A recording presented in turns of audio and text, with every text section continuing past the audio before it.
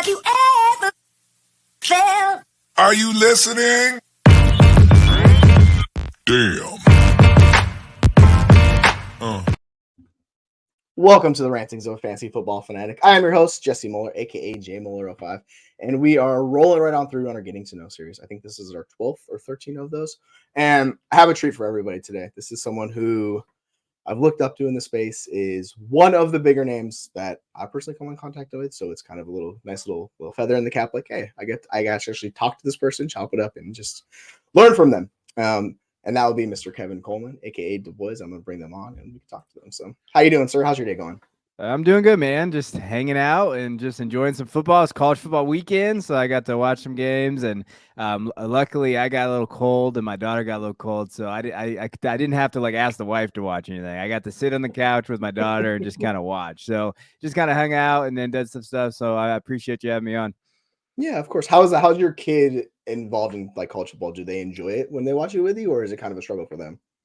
So it depends. I basically have indoctrinated him into Fresno State because I get Fresno State season tickets, and so I basically have gotten them to where they want to go because they get snow cones and ices and stuff like that. So my oldest daughter, she's 6. She told me the other day, she goes, "Dad, is it time for Bulldog season?" And I said, "Yeah, it's coming." And so my wife just rolls her eyes, and so they like to go. It's just too late for them. Some games start at 7:30 at night, and they're already in bed at 7:45. So if it's the earlier games, they like to go. So it's been fun. As far as watching on TV, they will a little bit. They're more basketball, so they'll watch basketball with me because I think that's more action and it's back and forth. But they're girly girls, so they're out here painting their nails and stuff like that, which is totally fine too. It's totally cool. But I just tell her all the time, please play an inside sport because I do not want to sit out in the Central Valley hot weather. So just play volleyball or something.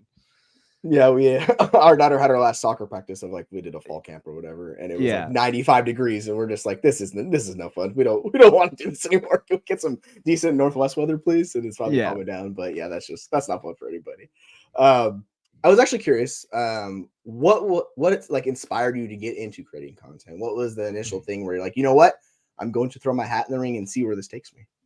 I'm dumb, probably is what inspired me to really, really what it was. And I would have never got into content if it wasn't for the COVID, the lockdown. So basically that March when everything kind of locked down, I'm someone that's really busy. I at the time I was a teacher and a varsity basketball coach. So I was always on the move, always doing practices and games and all that stuff. And so there would have been no time for this kind of thing, no time for content. But then everything shut down. And so I remember just sitting there and I was kind of hanging out and I was like, I don't know if you know John Bauer for Dynasty Theory. So I was in a league with John. So we got some random ass DLF league in 2018. And I didn't even know about the fantasy community. I didn't have a Twitter until March 2020. So I just knew John, and John always used to post his damn podcast and the league chats and always sending stuff to us. And I was like, John, and I talked to him about it. I was like, hey, what do you do? And he kind of gave me a rundown. So that's when I first created a Twitter account. And then I was like, all right, well, then what can I do? So really, it just came from boredom. For me, it was I have nothing to do. I'm sitting around. I love this stuff. I knew I could do it. So I had created content for the leagues that I run. So when I was a commissioner, I used to do little things for the league. And I was like, you know what? I bet you I could maybe do this on a bigger stage. Now, I never expected to get to where I'm at or the things that I've been able to do. But it was more of hey, I'm sitting at home. If I do another, wife husband project, we're gonna get divorced because we're gonna kill each other here trying to sand this down or try to create this. And so it was me just I needed some time, and my wife knows I get antsy. I'm just a very I'm an on a go person. I need to always be doing stuff, and so that's really where it came from. And then it's morphed into something pretty cool. I think we could all agree in that you've come a long way in this space, and in particular when you won the Rising Star Award. When I saw that, I was like, sheesh, that's awesome. So this wasn't really in the show sheet, but I was more curious. What was that moment like for you when you were recognized for your content and everyone's like, hey, guess what? This is for you based on what you've done and what you've accomplished in space. How did that feel for you? That was pretty cool. So I had no idea anything that was even going to happen. I got it was the weirdest thing. I got a random ass Twitter message from Pat Fitzmaurice from FantasyPros and then Joe. And Pat sent me a message. He's like, hey, this is going to be weird because you probably had no idea that this was coming. Right. And sent me this long thing. And then the cool thing, I think, for me is when he's listed everybody that like picked me. So he like put in the DMs like, hey, here's all the people that read your stuff. Here are the articles we read. Here's the stuff that we kind of did. And these are the people that said that like you. And then like some of those names, you're like, oh my gosh, like I remember watching those guys and seeing those people. Right. And so that for me was really cool. And it's so weird because you know how social media is. I get hate for that too. Like I get like, I'll get people that like, oh, he didn't deserve it. Like I got that. I actually had a content creator at the expo tell me it should have been him, not me, like to my face when I was there.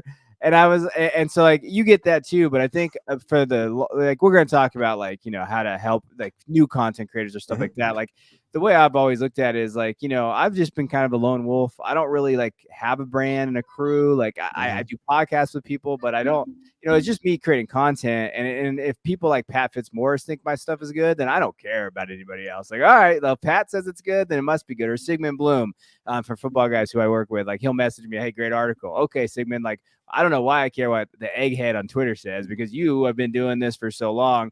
So for me, it was just an affirmation of like, I think I'm doing things correctly and I'm doing it the right way.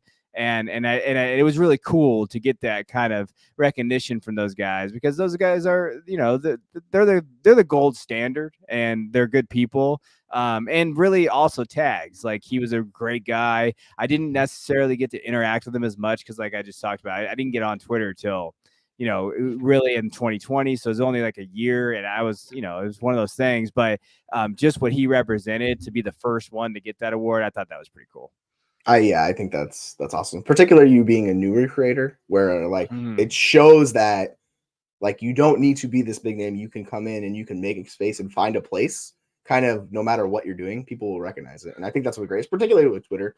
Like you can just shoot somebody a random DM, you don't even know them, and they'll happily take the time out of your like I posted a Devy like draft we did, and you commented and just like sent me a message like you loved it. I was like, oh really? Like I didn't think it was anything special, and I was like, yeah, I very much appreciate that. You're like, you know what? Like it's cool. So I think the social media aspects like it opens up the door for pretty much anybody if you want to. And case in point, like yours, it's just fun to see that in our space. No, I think that's just the cool part. I mean, there's some really bad parts about social media, and but there's some really good parts too of where like, you get a random DM from this person, and I used to do it a lot more. Like when we have more time, I used to try to find new content creators and send them DMs all the time. And you know how that happens. I just had my third baby, so life definitely gets in the way of that. But like, I do still try to like, one of my favorite things to do if I'm on the treadmill at night, I'll go on like random sites like RotoViz or whatever random fantasy sites, and I'll pick an article and somebody, if they have a Twitter, I'll find them and I'll be like, hey, I really like this. This is great, because I remember how those little things really matter. Like if you get somebody that, because this is a thankless job, like not everybody's trying to be the best, and no one really is going to be like, hey, that's a great article. So I still try to do that as much as I possibly can. And it's one of those things that I try to reach out to, because this is a lot of work, and especially if it's part-time. Like it's part-time for me. I have a full-time job right now. I'm an assistant principal at elementary school. And so like that takes up about 9 hours of my day. So like when I do content, it's kind of my outlet, but at the same time, it's a lot of work. And so like you should highlight other people too, because a lot of people just do this for fun, but also as a side business and a side hustle. And you got to really like those dudes that do that. Like that's a lot of work. So give them some credit. Yeah, I 100% agree with that. Like if you have the time and you're able to do it, just shoot just one random person every once in a while. Just like be like, hey, I appreciate your content. Like it goes so far in the space. Because I've talked to people who've basically been like, you know what, I'm done. I don't want to do this anymore. It's like it's not rewarding enough. It's like, so you kind of, on the flip side of that, if you don't get it, like it can be the other way where it's like, you know what, maybe it's just not for me. So I agree. It's just a great way to go about it. Speaking of your teaching background, how do you have that, like allow that to infiltrate your content? Is that something you like build off of and dive into your content, or do you kind of keep them separate? Yeah, I think for me, I'm very comfortable in front of people or talking on podcasts and videos. So like, I think just from the teaching aspect of it, the biggest thing it helped me with is like, I wasn't nervous. I know, Nick P2W Fantasy. Yeah, he's a Jackamo. No, I'm kidding. He's one of my best buddies. But I would say like we started like right at the beginning together, like literally in the same group. We really got to know each other when we first started, and we jumped on pods as soon as we kind of knew each other.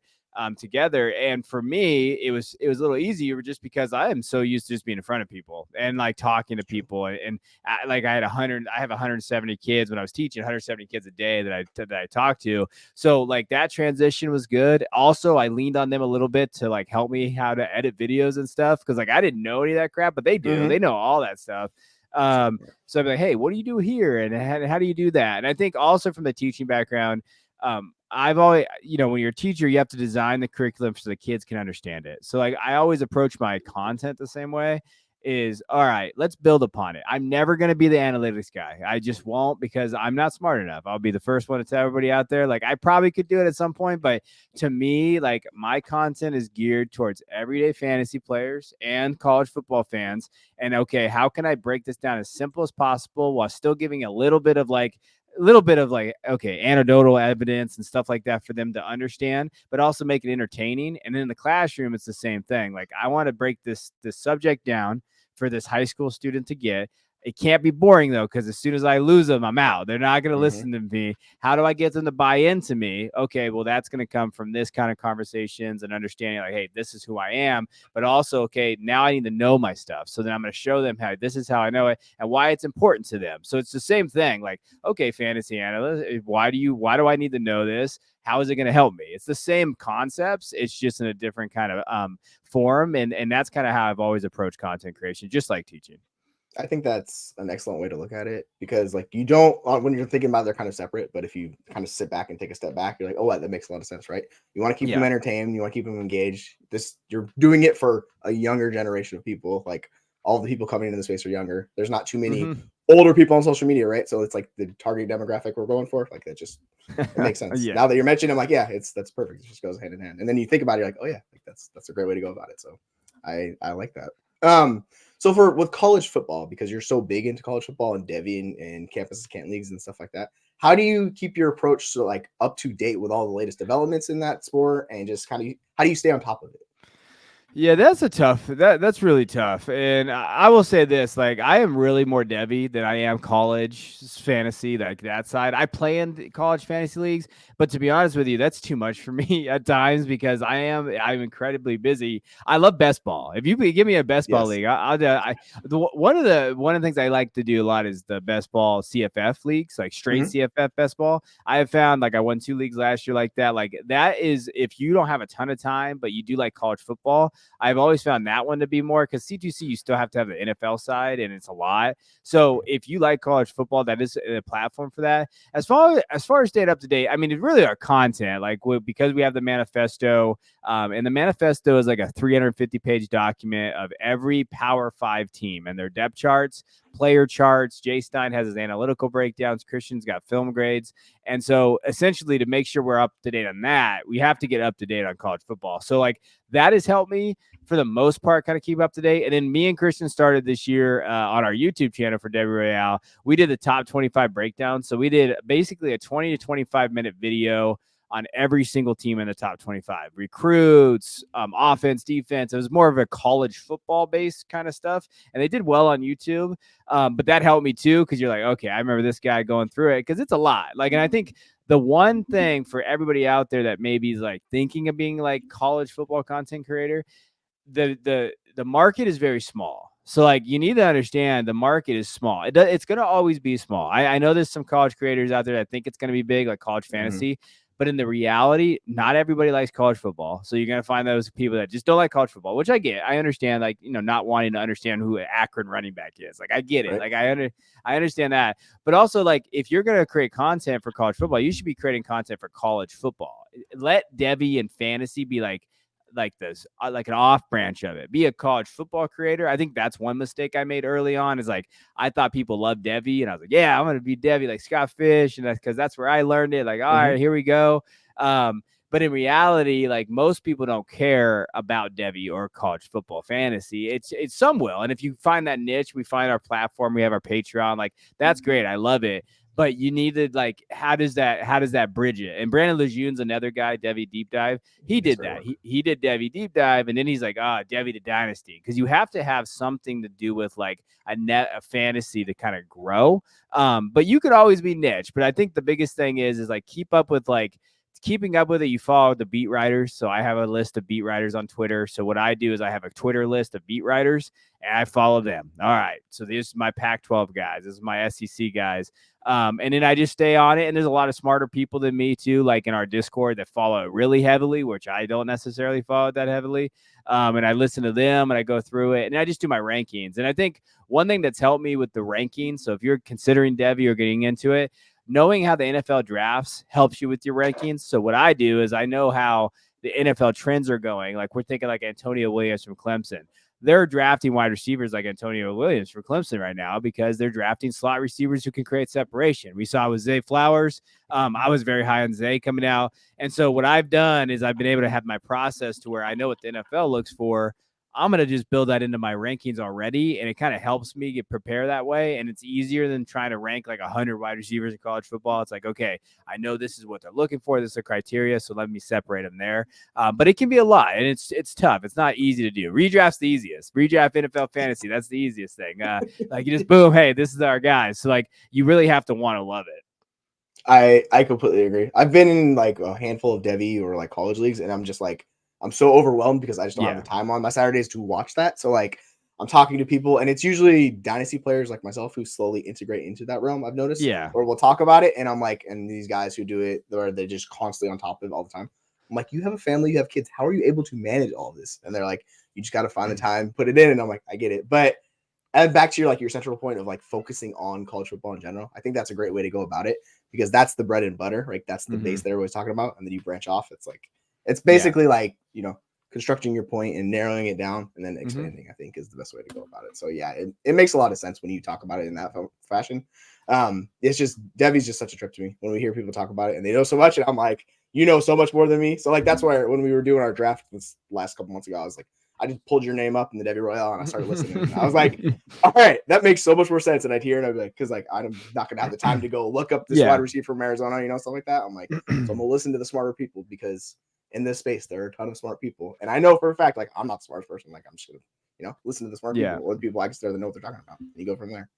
I'm curious to actually hear your opinion on this question. What are some of the challenges you think is facing college football today? And do you think there's anything we can do as content creators to kind of address those issues? I think college football has taken a hit the last couple of years. The NIL, and I don't want to be old and like the curmudgeon old guy yelling at the cloud, but NIL changed things a little bit. I think the conferences is changing things a little bit because you're basically going to have the SEC and the Big Ten. I mean, that's really where it's at. And I think losing like the Pac-12 conference, which we probably are, you have the ACC in there, like you have the Big 12-ish kind of with like an asterisk. Like I think that, I think for one, like that hurts the brand overall, and there's not much for creators to do there. I think that the way you can look at it though is like with the SEC and the Big Ten being so big and probably be more prevalent now. Like, okay, more people are gonna know them because of like kind of like they're turning it into basically NFL light a little bit, like these conferences. If you focus your content on those two conferences, like you just said, like we don't have time to know everybody, but if you have like content on just like, if you want to focus on the Big Ten or you want to focus on the SEC, I think there's an avenue for that. And I also think there's an avenue for fantasy content creators to focus on that or create leagues just based on the ACC, Big Ten, or the SEC. Like I do think that there's avenues there. Like we actually have Todd and Todd Vincent, he does content all over. He's in our Discord. He's crazy. But what he does for us is we have Power 5 only C2C league. So you can only draft it. You're not drafting anybody outside the Power 5, which helps because you don't have to know like I said, the Akron running back or the Maction and all that. And then it's best ball too. And so if you did like an SEC or Big 10, like only draft, like, okay, we're only going to do this, like almost like a redraft type thing with like a campus can kind of like light. We call them like pipeline leagues, essentially what we call them. I think there's a way to do that. But I will say this, like I see a lot of content creators thinking like that, this merger and the Pac-12 going away is a good thing. I don't think so. I think it's kind of a bad thing because the more people that watch the product, the better. And if you're losing all these different, like the Pac-12 teams and you're losing all this fan bases, I think that over time, you're going to get an attrition of like that fan base, which is bad for content creators because that's what we have here. And so I think overall, I think it's tough. I think it's tough right now. I think it's really tough if you're going to be a content creator for college football right now. I don't see it getting easier. I think it's actually getting harder. You're seeing a little bit more territorial based people too. Like that's never been the case. 2 years ago, it really changed when some companies started forming and you start seeing like, hey, this is our side. This is what we do. And that's really tough to navigate as a content creator because you kind of want to be independent because you want to do your own thing. But if you join somebody, are you losing who you are? And are you going to like, what do they make? It's a weird avenue. Like it's super hard. I wouldn't even imagine like trying to give people advice like of how to get into Devy or college fantasy content creation right now.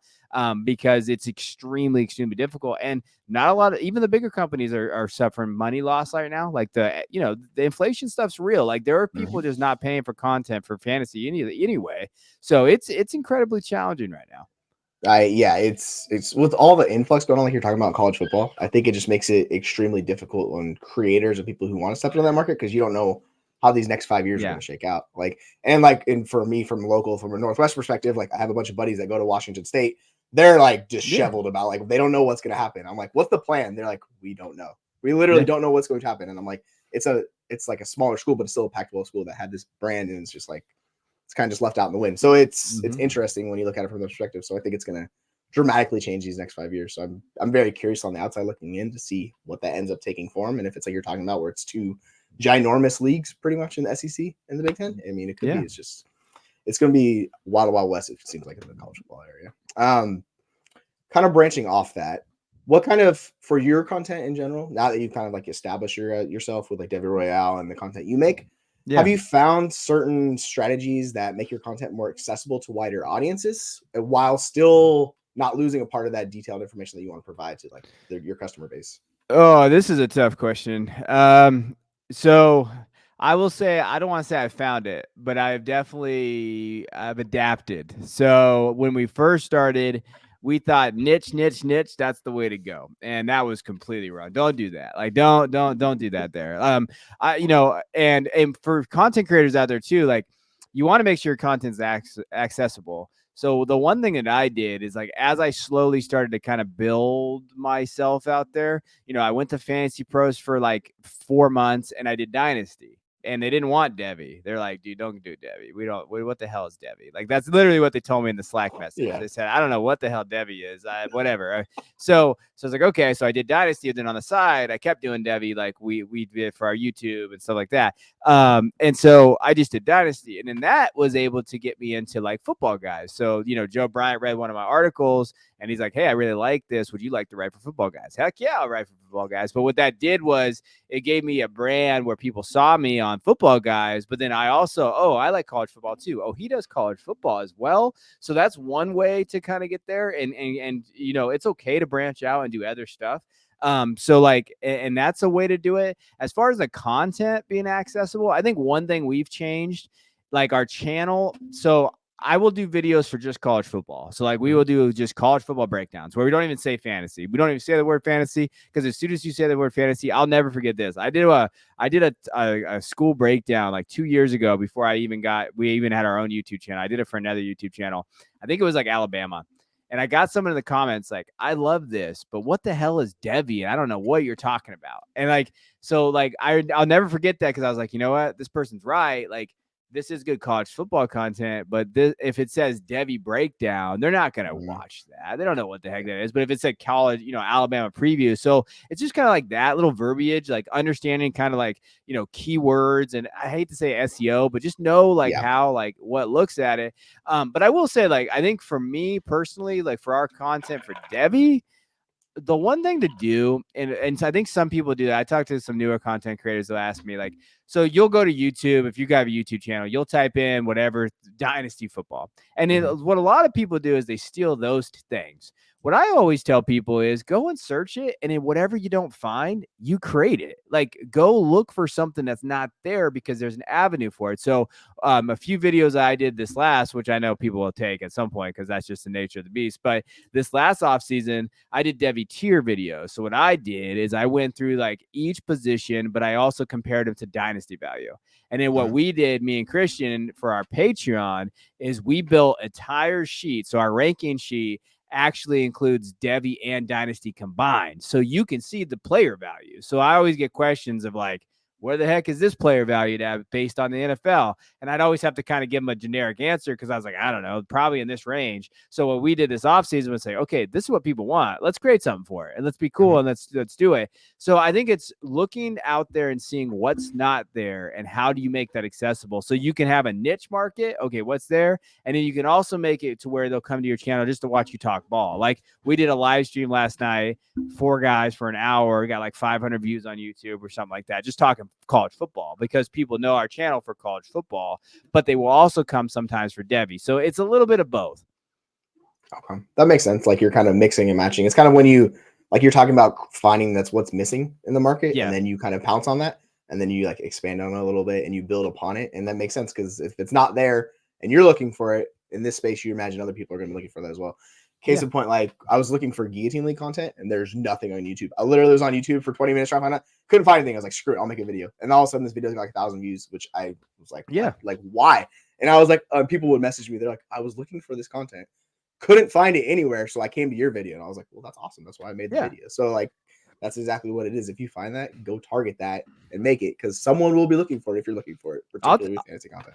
I'll tell you right now, dude, the content that people want are keeper content. There's no keeper content out there. Like I don't play in it. Like we did a keeper dynasty show for football guys and I was just like the host because I was like, shit, bro, I don't know what's going on. I'll help a little bit. Like, and I kind of get it because of values and stuff, but the other stuff, but there is a market for keeper content. And it's so hard because it's like the keeper leagues are so different. And that's why I don't think people do keeper content.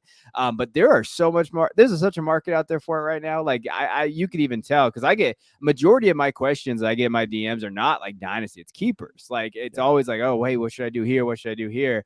And that's an area, right? That's an area that no one talks about that you could guillotine, same thing. Like those are the areas like the market's saturated, but if you can find different ways to kind of have content or those type of ways to kind of content, that's where you can provide some value. I think that's where it is. Like the redraft's still the beast. Like that's what everybody's looking for, right? So like I think a lot of people in the space have gone to Dynasty or Devy and kind of passed over that market. So it's kind of opened up those windows for people to kind of sneak back in and be like, hey, like I'll talk about this. So if anybody wants to make that content, like it makes sense because you're right. You can go look for it. You're going to find very little on it. So there's a giant window for people who want to make it. So yeah, it's just exactly what we're talking about. Go find that space and put yourself in it. And you never know what happens. Now, for you, how do you determine what is successful content? Do you like we're kind of hitting on SEO and stuff like that with metrics that you pay attention to? Is there anything in particular that you'll measure a piece by and say that's successful, or is it more just information based? Like, you know what, I provided really good information to people. There's stuff they could take away. Would that be the way you consider successful, or what's kind of the overall success package for you? This is a tough question. And I think it's because how do you define success is a tougher one for everybody in this space. For me, like, I'll be honest, and I don't know how this will sound, but like when I got hired by football guys, that to me, I'm good. Like I literally like when I got hired by them and I had value from Sigmund and Joe and they haven't fired me yet, that means I'm doing something right. And I'm like, okay, all right. Like to me, I've already hit, like, I don't need to go anywhere else. And I like, and I've had a couple like, DMs and like, I'm like, no, I'm good because they, to me, that's where I wanted to be. And so for me, success, now it's all whatever now. Like, okay, yeah, I got to, these views or whatever. But if you're looking at it more of a micro scale, like I want to create things that are fun for me to create. Like I see a lot of like, I don't want to say soulless content, but I do see a lot of content for clicks. And I see like, and you'll see certain companies do it, and we could talk about it after the video, but like, you'll see like, like you'll see it and you're just like, you don't believe that. I did see someone say today, like, if you don't believe in a take, why are you doing content for that person? It's because they're paid probably full time and they're said, you're going to do this. And so like success for me is creating fun shit and just seeing it do okay, like doing well, or like getting that message of like, hey, this really helped me in my Devy league. Like really, and what it is like the Devy stuff is all for us that's a side thing. Like I make a lot more money doing football guy stuff. And if I quit the Devy stuff, I could have so much more time to do football guy stuff. And I guarantee you, Joe Bryant wants me to quit the Devy stuff. But for me, for me, it's just a passion. It's how I started. So like, that's where like success to me is like, if I get 100 views for a Devy video, I'm totally okay with that. If I get 1,000, great. Like because I know it's niche, but if I do help somebody, I think our Patreon, like we almost hit 200 subs. It keeps back and forth. Like our goal was always to maybe hit 200, and we didn't even think it was going to do that. So that like kind of was one of those goals. We're up to almost basically 3.25 thousand subscribers on YouTube. So like we're getting up there, but again, I don't measure it by that because numbers are so hard. Like, people will do it with Twitter followers or stuff like that. Like for me, my content is like, I still can publish something on Football Guys and they won't say no yet. So it's like, okay, well then that's cool. The other stuff, I just like, I like college football content though, because college football fans are nuts. And like, you get the funniest comments on YouTube. Like there was someone that like, and then I just have fun with it. Like you just have to have some fun. And like someone commented on our Alabama video, you didn't include Caleb Downs. It's because they didn't watch the whole thing to the defensive side. I was like, hey, dumbass, go to the defensive side of the recruit. Just because YouTube, I know they're never coming back anyway. It doesn't matter. And like, so like for me, I just love doing college football content because it's like a fan base that's fun to mess with and talk about. And like you put a video up. But yeah, success is all relative, right? Like, and I will say, you mentioned burnout earlier. That happens. It's happened to a lot of dudes I started with 3 years ago. And I think the reason why they burn out is because they all think they're going to be full-time. In reality, we're not. We're just not. It's so small percentage, yeah. And I'll be honest, I interviewed for a full-time position and the starting salary was $32,000 a year. If you have 3 kids or 2 kids like me or a family, like that's not going to happen. And like this is a young man's game in terms of that. Like, and obviously there's sites that have more money and do those things. Like I get that, but when you're thinking of that, like it's just full time. If you go into it thinking and grinding really hard, you can get discouraged really easily. And I was in that mode. Like I thought I could go full time when COVID was going on. I was at home. I had more time on my hands. And you just have to be very careful with that because you'll burn out very quick. And you see the burnout. I mean, I feel burnout all the time. It's like, man, why am I still grinding here doing this? But if you do it from a place of passion and it's like your outlet, I think there's less burnout that way. I think that the hitting on the passion, like, so I've talked to about 12 people in this series we're doing. Everyone comes back to that, like finding your place of happiness or where you're passionate about. Because if you do that, like you're able to continually put in the effort because it's rewarding to you as an individual.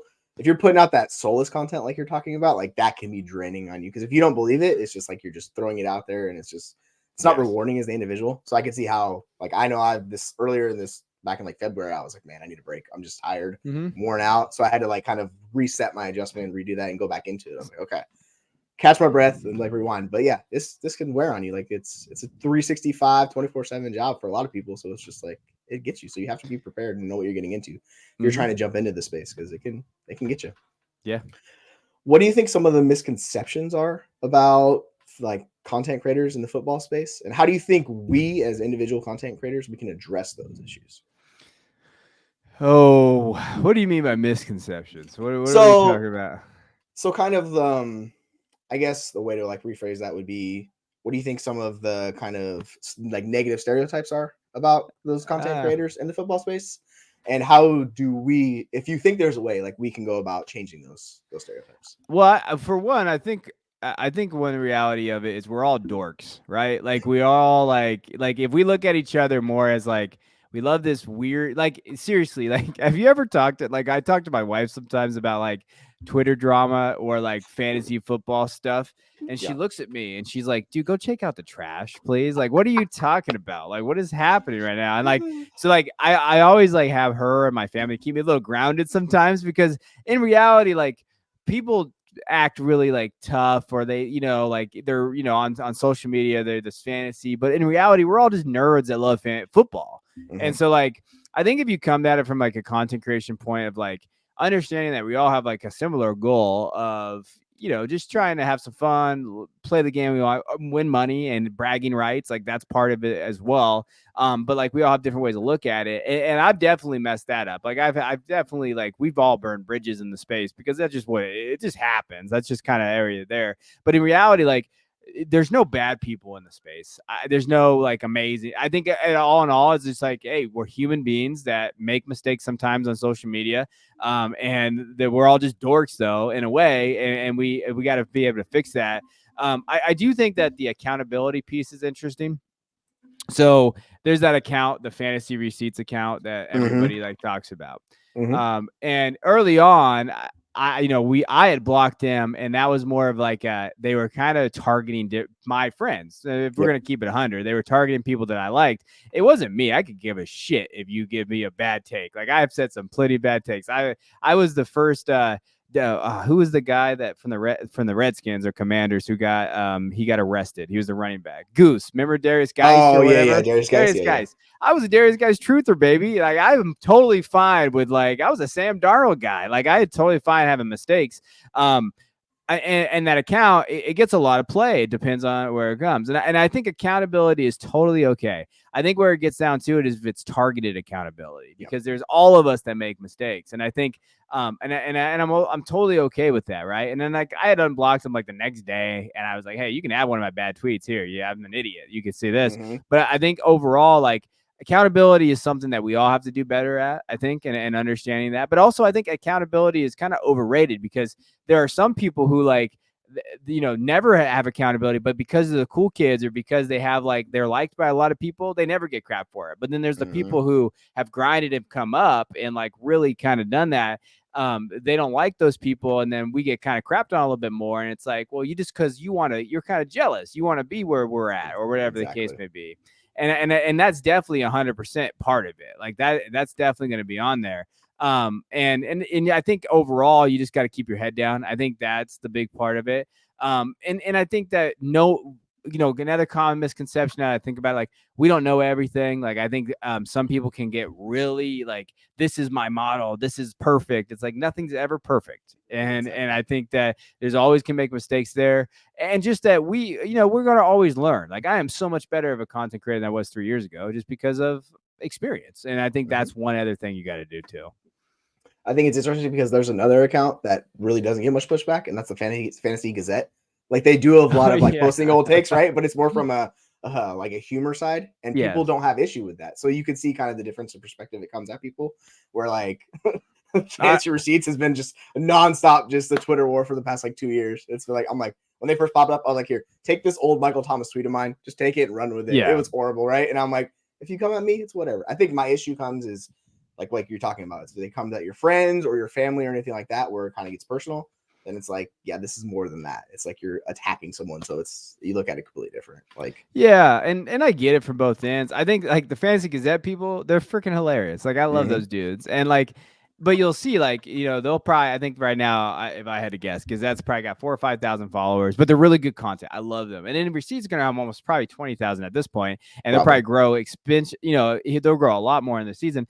And it's just because the nature of Twitter is negativity. Like, you guys got to understand, like, that's how growth comes. Like, the more negative you are, and that's society as a whole. And then that's the other thing. If you're a content creator, you better have a thick skin, because you're gonna get you're gonna get a lot of stuff. Like, I made a tweet about Nick Sirianni, a joke about him, because I'm a Cowboy fan. I hate Nick Sirianni. I absolutely hate that dude. I was getting death threats in my DMs. And I had somebody, the funniest one though, somebody found my PayPal and sent me a request for $1,000 for my shitty tweets. And that shit was hilarious. Like, I thought that was the funniest thing in the world. And you should have seen my fat finger. I was like, please don't. Okay, I'm impressed. Deny. Like, that stuff is going to happen. I still get Eagles fans that block me from that tweet. And it's like, that's going to happen. I think when people take it personal, though, I think that's the part that you can't take this stuff personally. Because in reality, a lot of us have never met each other in real life. Like, and it's not real life. I just think you really got to touch grass in a way. Like, you got to, take that week or 2 weeks off. Like, I took 3 weeks. I basically took like 3 weeks off over the summer, where I didn't go on social media. I just kind of took it off. I just like, hey, I'm not going to be here. And it really helped me. It kind of rejuvenated me a little bit.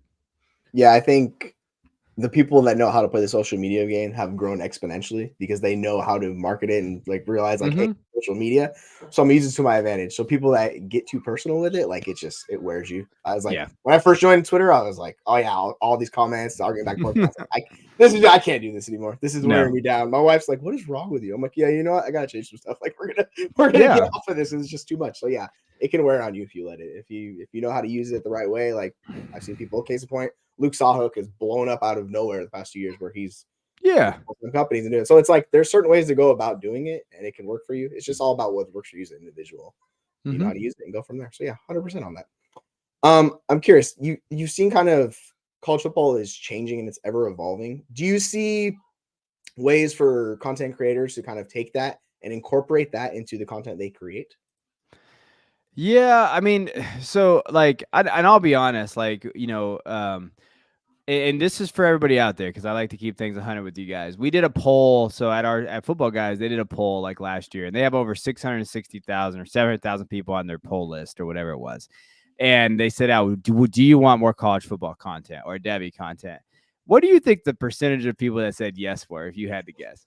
I would say probably like 30%. Less than 1%. 1%. Oh my gosh. Yeah. Okay. All So right. when we got that poll, now you're thinking different, and everything is with a caveat. Like you're thinking Football Guys got a little bit of older subscriber base and stuff like that at that time. Yes. So you're not, so just generally speaking, but it still was pretty eye opening because you're like, wait, if I'm going to be a creator, I probably can't do this. And this is why if people haven't noticed, I've really transitioned to Dynasty pretty much. Like I still do Devy in college football, but really if you want to kind of grow, you got to understand like where the growth's at right now. And Dynasty is still younger. Like people don't understand, like Dynasty is more of a social media base than it is more of like outsource. Like I did my home league today. We're still on ESPN. We're doing standard and defense and kicker. Like that is, but in reality, that's what it is. And so, if you're going to do college football or Devy content, like if you're going to do that, try to find something new. Like I think a Ray GQ, he did a good job of he been the first kind of Devy guy, had the dashboard, did all of that. And he crushed it there. And even Ray's evolving. Like Ray's a content creator for everything. And he's the standard, the gold standard of what you need to do to evolve. I think the biggest thing is if you're gonna get into college football or Devy, I would almost say like being a team-based college creator is probably one of the best ways to do it. I have a friend who does LSU content, and he's grown his channel to almost 10,000 subs in 2 years.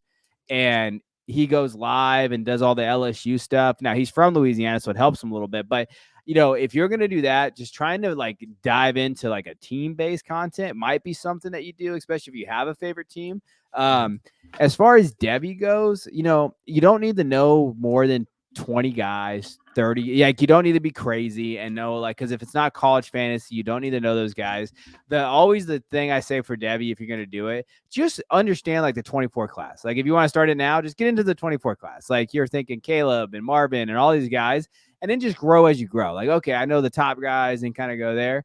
But it is extremely difficult getting into college football or Devy content. Like, and even nicher is C2C or CFF. Like there's rabid fan bases, but it's very, very niche. So that was just Devy. So if you polled those same people, they wouldn't know what the hell C2C is or what CFF is in those same polls. So you're getting to a space, you're going to get into content that only, probably let's say 5% of people want. And you have to understand that like there's a lot more people doing that content now.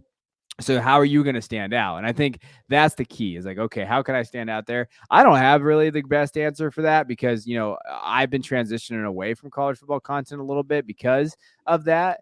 But like I said earlier, finding a niche, finding something that people aren't doing, having tools. I will say this, having free like ADP would be a great start for people out there, having that available, because I do think that ADP matters. And so maybe creating that. We used to have areas, different sites used to run Devy mocks and stuff like that, but everybody puts everything behind a paywall. You cannot find anything free for C2C or Devy. And the reason why is because it's hard to kind of create content.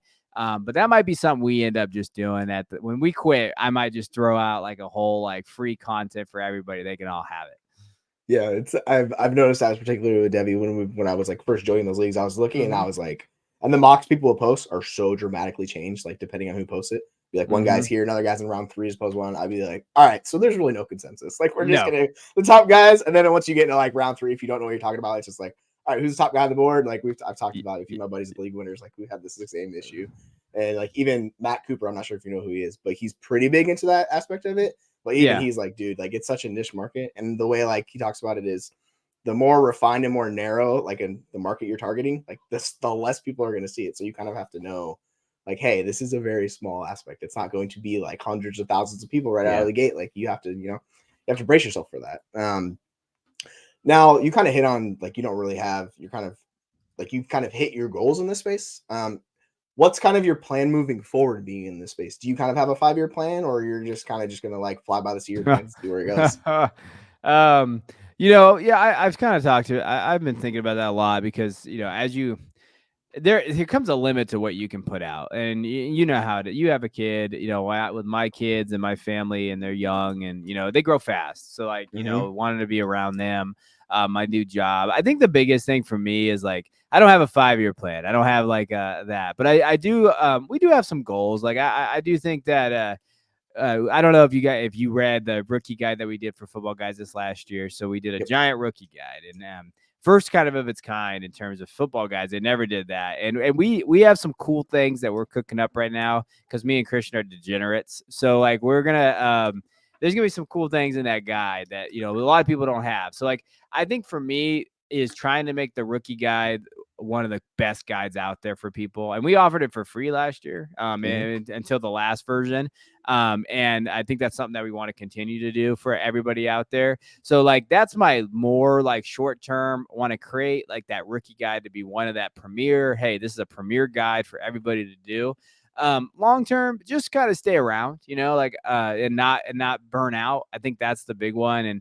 And finding that balance, always, is going to be key for me, and making sure that I don't burn out, because I do enjoy people in this space. I got to hang out with some people this summer. We did the live draft and Scott Fishbowl in Vegas that I went to.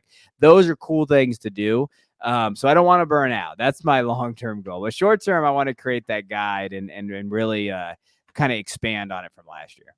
Yeah, I'm right there with you. When I ask people their 5-year plan, it's kind of funny because I don't really have a 5-year plan. It's basically just take it a year at a time, see where it goes, but just basically being in the space and seeing where it leads me, because I wouldn't expect it to be here after jumping in 2020, right around COVID, it seems so many people did. So it's just interesting to hear different people's perspective on how they would go about approaching their future in it, if they stay in it or if they're not going to stay in it. But with that, I just wanted to thank you again for coming on to this, because this was a treat for me. I was like, you know what? Let's reach out, shoot a DM, see what happens. Maybe it comes on, maybe it doesn't. But why don't you tell everybody where they can find you? Yeah, you can find my work at Football Guys. I just dropped the college football big board. So every year for Football Guys, I do a top 36 big board of 2024 eligible Superflex players, and I do a dynasty buy, stash, pick value, all that stuff. So every week you can find that. If you're a subscriber, you get it for free. Obviously, you get the big board for free, though. If you want to click on the link, you can see the big board there. So I do that every week, and then we have our stuff at the Devy Royale. So if you like Devy, we do have our Patreon. It's only $3 a month, and we kind of update that. Jay Stein is our analytical guy. He just dropped a bunch of profiles for the 2024 class. If you guys are into that kind of stuff, I don't know what the hell's on there because it's all math, but it's really good for other people. That's why we have him there. He's a smart one. And so, you can find me there or on Twitter at DuBois_22. Awesome. So yeah, that's going to wrap it up for this episode on the Getting to Know series. We'll be dropping this here shortly. I just want to thank you all for coming in, and yeah, you can find Rantings Fantasy Football Fanatic podcast, but other than that, we'll just take care. Wrap it up, folks. Have you ever felt? Are you listening? Damn.